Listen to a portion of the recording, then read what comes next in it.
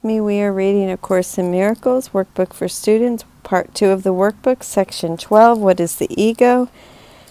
This is Lesson 339. I will receive whatever I request. No one desires pain, but he can think that pain is pleasure. No one would avoid his happiness, but he can think that joy is painful, threatening, and dangerous. Everyone will receive what he requests, but he can be confused indeed about the things he wants, the state he would attain. What can he then request that he would want when he receives it? Footnote 154, because we are confused about what we want, we can think that something at a distance is desirable. Yet when we actually receive it, we discover that it brings only pain. This illuminates the meaning of today's idea. It is not emphasizing how wonderful it is that we will receive whatever we request. Rather, because we will receive whatever we request, the emphasis is on making the right request.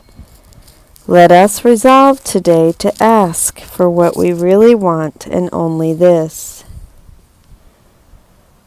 He has asked for what will frighten him and bring him suffering. Let us resolve today to ask for what we really want, and only this, that we may spend this day in fearlessness, without confusing pain with joy or fear with love.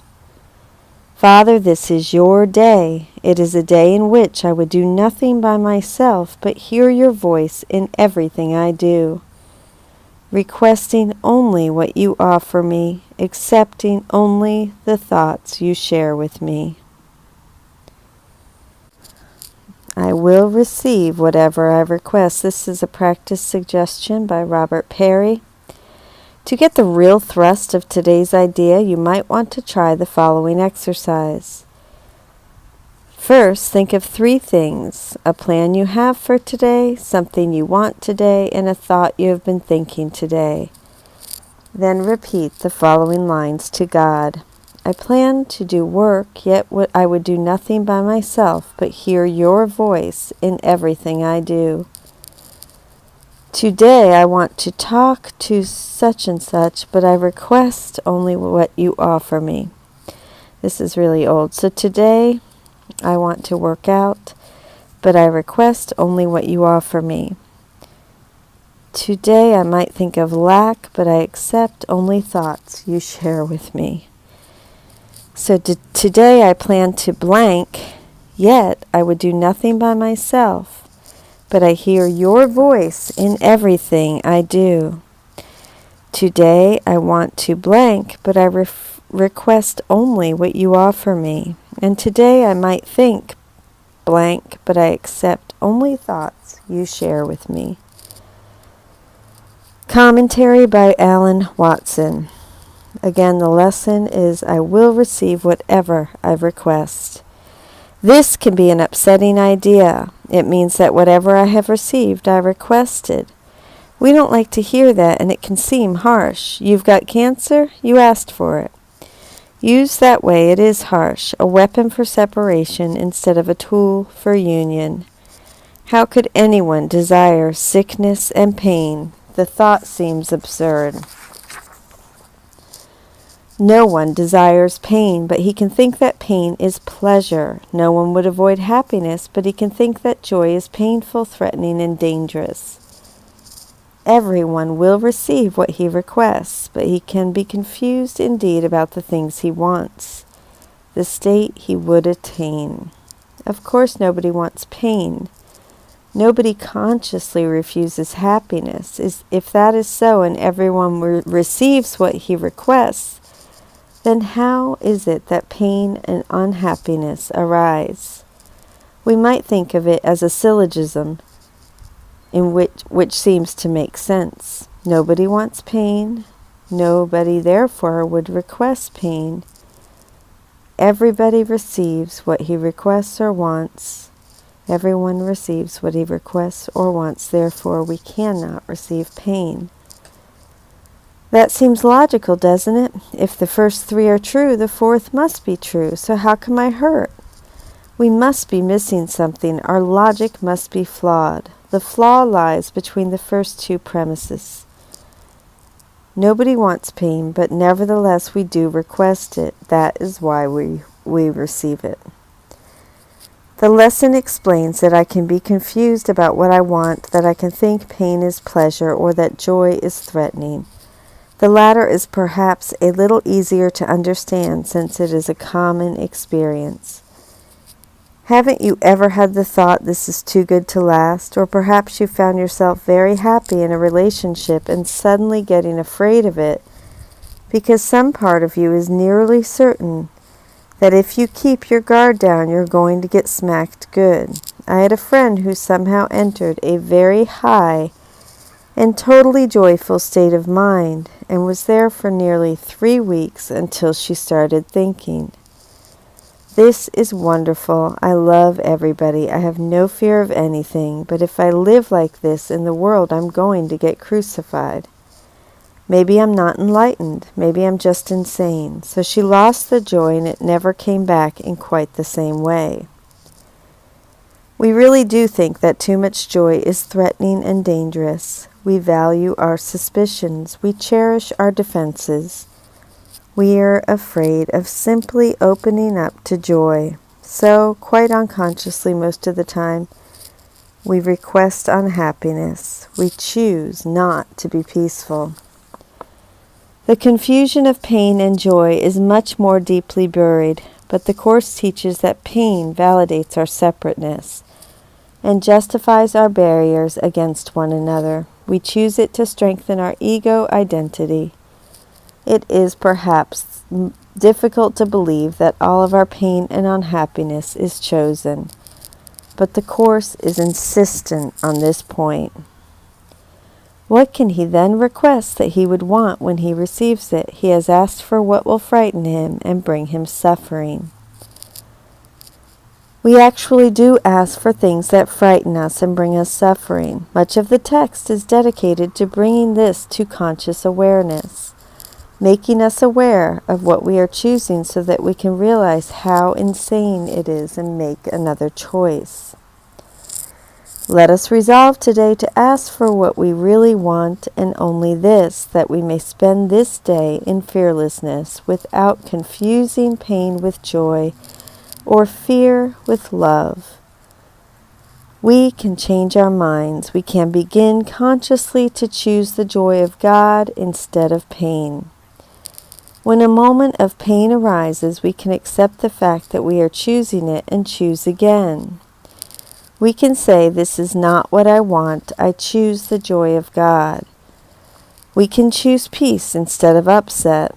One thought I repeat so often that it is practically a mantra is, "Oops, I'm doing it to myself again."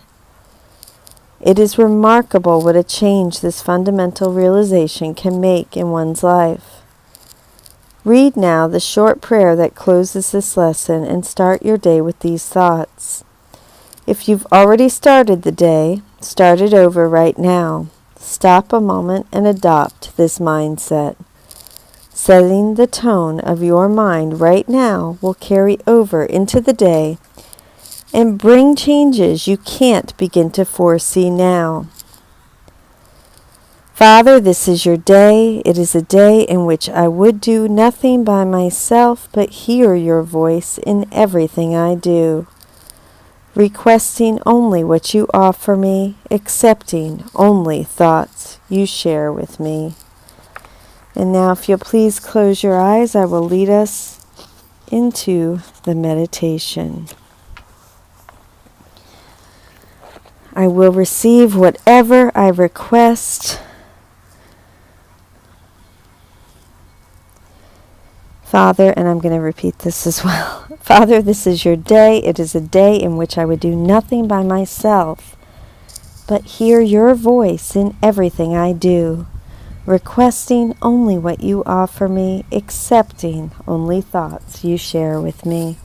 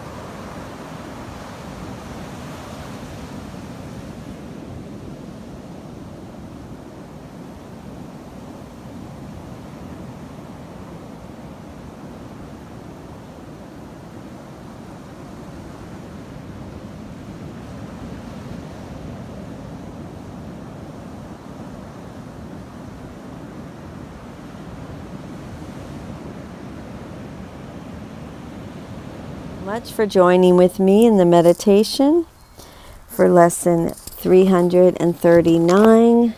I will receive whatever I request. This is the section, What is the Ego? We are on paragraph 5, sentence 1. Yet will one lily of forgiveness change the darkness into light, the altar to illusions to the shrine of life. The altar to illusions to the shrine of life itself. The darkened shrine of the ego is flooded with light. The bloody altar to death is transformed into the shrine to life itself. How?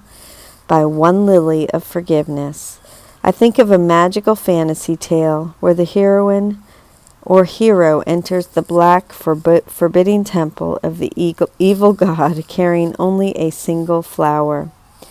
With great trepidation she approaches the altar and lays the pure white lily upon it, and in a flash the entire scene is transformed. Forgiveness is that magical. It isn't magic, though, it's a miracle. The holiest of all the spots on earth is where an ancient hatred has become a present love. That is the miracle forgiveness. That is the miracle forgiveness works. I have seen it with my own eyes. I have watched a relationship filled with blood and bitterness transformed into sweet, mutual devotion through forgiveness. This is no idle theory, no idealistic fantasy. This works. Forgiveness undoes the ego. The blackest of blackness that the ego has manifested becomes flooded with light when touched by forgiveness. We need not fear to look at the ego's darkness. There is nothing forgiveness cannot heal. Thank you so much for joining with me in lesson 339. I will receive whatever I request. I love you. Thank you.